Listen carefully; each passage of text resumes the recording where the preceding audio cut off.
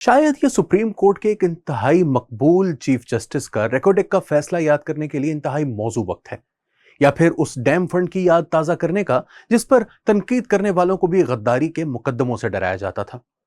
याद है ना वो अजीबो गरीब तमाशा जो सुर्खियां बनाने के अपने तमाम पेशरों से ज्यादा ख्वाहिशमंद एक चीफ जस्टिस ने लगाया था, या फिर एक मजमून उस चीफ जस्टिस के मुतालिक हो जाए जिसके सर पर शाहराह फैसल पर एक इमारत गिराने का भूत सवार हो गया था कि जिस इमारत में बसने वाले खानदान रातों रात बेघर हो गए और आज भी बदले में मिलने वाले मुआवजे का इंतजार कर रहे हैं।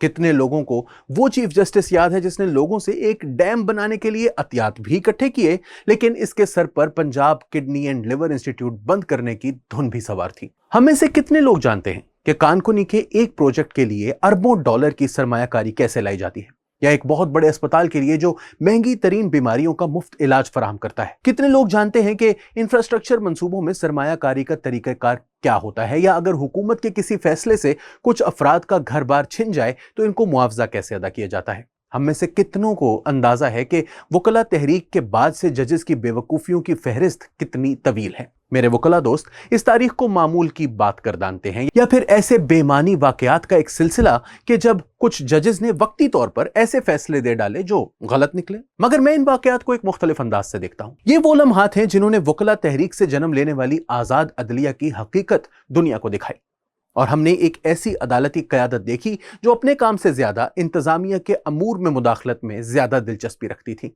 पॉलिसी से मुताल्लिक तुक्के लगाना, छोटी छोटी टेक्निकल गलतियों पर वज़ीर आज़म को नाअहल करना, चीनी की कीमतें तय करना, या कुदरती गैस पर सब्सिडी बढ़ाने के मुतालबात करना, दो सूबों के इनके मनफी असरात से मुताल्लिक शदीद खदशात के बावजूद बड़े डैमों के लिए मुहिम चलाना, और बेहिसाब ऐसे अहमकाना फैसलों की एक लड़ी है जिनके मनफी नताइज से हम आज भी जूझ रहे हैं, हालांकि वो अफराद इत्मीनान से रिटायर होकर घर जा चुके हैं जिन्होंने ये फैसले किए थे। रेकॉर्डिक के फैसले को ले लीजिए। इसके बाद से आज तक किसी निजी सरमायाकार ने पाकिस्तान में बड़े पैमाने पर सरमायाकारी की हामी नहीं भरी जब तक कि उन्हें यह यकीन दहानी ना करवा दी जाए कि पाकिस्तान के अपने कवानीन, अदालतें, टैक्स हुक्काम और अदायगी के तरीकाकार इन पर लागू नहीं होंगे।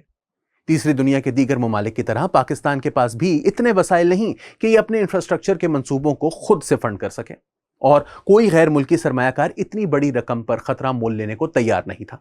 लिहाजा मुल्क के पास एक ही ऑप्शन थी जब 2010 की दहाई के वस्त में इसने चीन से इस शोबे में सरमायाकारी करवाई। चीनियों ने भी कोई डील भी करने से पहले इन्हीं यकीन दहानियों का मुतालबा किया। इस सब की जिम्मेदारी महज रेकोटेक पर नहीं डाली जा सकती, लेकिन इसका बहरहाल एक बहुत बड़ा किरदार था। और फिर हमें याद ही है कि मुकद्दमेबाजी में कैसे हमें लाखों डॉलर से हाथ धोना पड़े। 6 अरब डॉलर का जुर्माना हुआ और बैरक गोल्ड के साथ एक और मुआहिदा करना पड़ा, लेकिन इस बार फर्क यह था कि यह डील पाकिस्तान की सुप्रीम कोर्ट के दायरा इख्तियार से ही बाहर रखी गई। इस फैसले के पाकिस्तान में सरमायाकारी के माहौल पर खौफनाक नताइज मुरतब हुए, लेकिन इस बारे में सिर्फ वही लोग जानते थे जो गैर मुल्की सरमायाकारी से मुतालिक खबरों पर नजर रखते हैं। लिहाजा ये हमारे कौमी मुबाहिस का कभी हिस्सा नहीं बन सका, क्योंकि यहां तो हर वक्त बहस कानूनी पेचीदगियों, जजेस के दरमियान गर्मा गर्मी की चटपटी खबरों और अदालती कार्रवाई की मुसलसल कवरेज से मुतालिक हो रही होती है। मईशत पहले ही वकला तहरीक से पहले के अदालती फैसलों के बाइस अपाहिज थी। एक स्टील मिल्स का फैसला था जिसने निजकारी के अमल को ही रोक दिया। एक अखबारी खबर की बुनियाद पर सुप्रीम कोर्ट का वो फैसला भी था जिसने LNG के एक लंबे अरसे की डील को खत्म करवा दिया। इस फैसले ने पाकिस्तान के तवानाई के बहरान को शदीद कर दिया, क्योंकि करीब इसी जमाने में हमारे अपने कुदरती गैस के ज़खायर तेजी से कम होना शुरू हो चुके थे।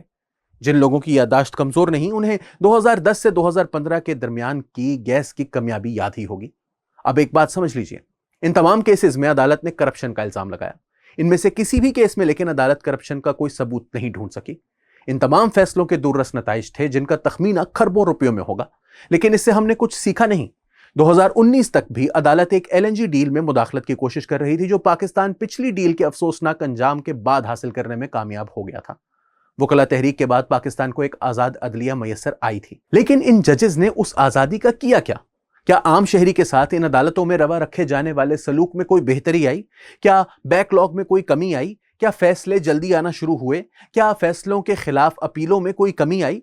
क्या अदलिया के बुनियादी काम यानी कानून के मुताबिक इंसाफ की फराहमी से मुताल्लिक इशारियों में अदलिया की आज़ादी के बाद कोई भी बेहतरी आई है?